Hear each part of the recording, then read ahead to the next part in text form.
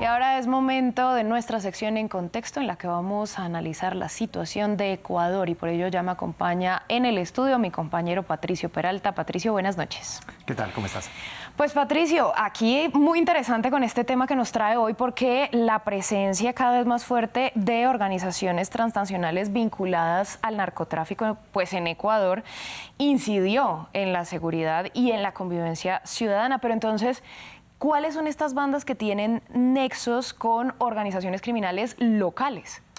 Claro, son varias y cada vez su vínculo es más fuerte. Este vínculo entre las bandas locales y las bandas del crimen internacional cada vez se vuelve más fuerte y es evidente en el nivel de violencia que se vive hoy en día en las calles del país andino. En su intento por controlar las rutas de la droga y las economías ilícitas en el territorio, la violencia se ha exacerbado en el país. Algunas ya las hemos escuchado, estas bandas delincuenciales que el presidente Daniel Noboa las mencionó dentro de este decreto 111, como la banda Las Águilas, Chone Killer, R7, entre otras, que hoy son objetivo militar en el conflicto armado declarado por el presidente ecuatoriano. Pero son tres las principales que ahora se disputan el territorio.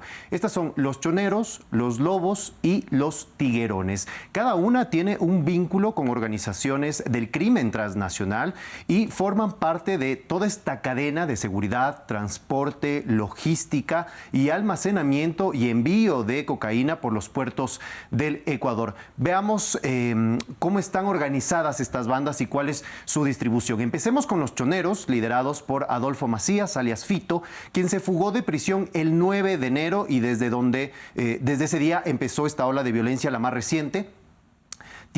Los choneros tienen presencia en 12 provincias del país, principalmente en la costa ecuatoriana y en el centro sur de la sierra. Bajo su mando tiene bandas más pequeñas que se encargan de la logística y son también brazo armado. De ahí la importancia y la magnitud de esta banda delincuencial en el país. Los choneros tienen vínculos directos con el cártel de Sinaloa y a su vez con disidencias de la extinta guerrilla de las FARC en Colombia o con otros grupos narco-paramilitares como el Clan del Golfo, que ellos se encargan de enviar la droga por mar y tierra. A esta estructura liderada por el cártel mexicano, a la par se suma otra, que también utiliza grupos delincuenciales locales para el narcotráfico.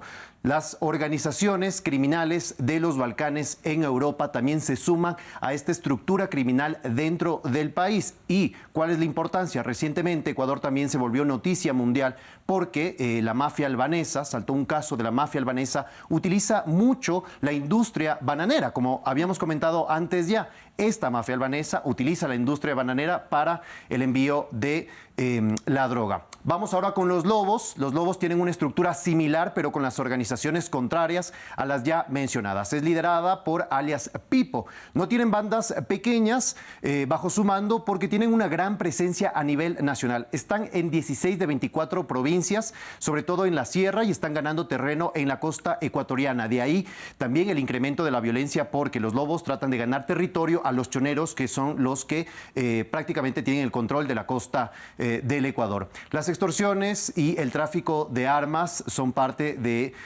cómo se generan el dinero para todos sus negocios ilícitos, pero esta banda también encontró ingresos económicos en la minería ilegal, uno también de los problemas que atraviesa el país, sobre todo en el norte del Ecuador, cobrando un porcentaje alto a los mineros ilegales que participan en estas labores. Los lobos están relacionados con el cártel Jalisco Nueva Generación de México, contraria al cártel de Sinaloa, y a su vez tiene vínculos con otras disidencias de la ex-FARC como los comandos de frontera, y también tienen vínculos con las redes balcánicas, con estas mafias en Europa del Este. Los Tiguerones es una banda más pequeña que principalmente opera en Esmeraldas, y de ahí su importancia. Esmeraldas es una provincia que conlinda con Colombia, está en la costa pacífico del Ecuador, y de ahí su importancia. Conecta Ecuador y Colombia en esta ruta de la droga. Es una zona, un punto principal de ingreso de la droga, y está presente esta banda en otras 3 provincias y tiene vínculos con el Frente Oliver Sinisterra, estas disidencias también en Colombia, y Urias Rondón, y también colabora con el cártel Jalisco Nueva Generación. Los lobos y tiguerones se juntaron para hacerle frente a los choneros en julio de 2023. en esta fecha rompen esta alianza y quedan en disputa del territorio estas tres bandas locales. Bueno, y todas estas estructuras ya tienen rutas específicas, principalmente los cargamentos de Ecuador entran por el norte en la frontera con Colombia. Así es, ese es el principal punto de ingreso por las provincias fronterizas de Esmeraldas, que queda en la costa ecuatoriana, Carchi en la sierra y Sucumbíos en la zona amazónica, todas que limitan con Colombia. Podemos ver en el mapa cuál es esta ruta de la droga y cómo ingresa. Según informes de la Policía Nacional, se identificaron las siguientes rutas. Una que inicia en Carchi, en la parte superior, que conlinda con Colombia, baja para Imbabura, pasa por Pichincha, donde está ubicada la capital, Quito, va para Santo Domingo, que es este territorio que conecta la costa con la sierra, importante en el comercio y también para la droga, como podemos ver, y llega hasta Los Ríos. En Los Ríos, en esta parte de acá, es un punto clave, porque aquí se almacena toda la droga que llega por esta ruta, y de ahí se desprenden dos rutas, una con destino a Manabí, a la parte de este sector donde salen lanchas con los cargamentos de droga, o para Guayas y Santa Elena, donde también se utilizan los puertos marítimos principalmente. Otra ruta es, y la más conocida, es la de Esmeraldas, en la parte superior, al norte, baja por Manabí, llega a Guayas y a Santa Elena para su posterior envío por puertos y lanchas Go Fast, como se les denomina. Acá hay un problema también clave que debe enfrentar el gobierno, y es que muchas de estas bandas captan a pescadores que se encuentran en la zona para poder transportar la droga a otros puntos del país o a otras embarcaciones más grandes para que sean llevadas a otros puntos del continente, sobre todo, principalmente. En el juicio de detenidos por narcotráfico, por ejemplo, en el Ecuador y también en Estados Unidos, del Chapo Guzmán, por ejemplo, se mencionaron que estas rutas que se utilizaban vehículos del ejército, camiones del ejército, y quienes señalaron que lo hacían era porque estos vehículos en los retenes policiales no eran pues verificados o controlados, analizados.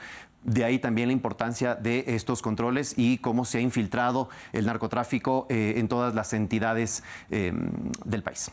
Bueno, y hay registros récord de incautaciones que Ecuador ha realizado, y pues que esto evidencia el incremento del tránsito de la droga por el país. Así es, entre el 1 de enero de 2019 al 31 de diciembre de 2022, las autoridades incautaron 619 toneladas de sustancias catalogadas sujetas a fiscalización.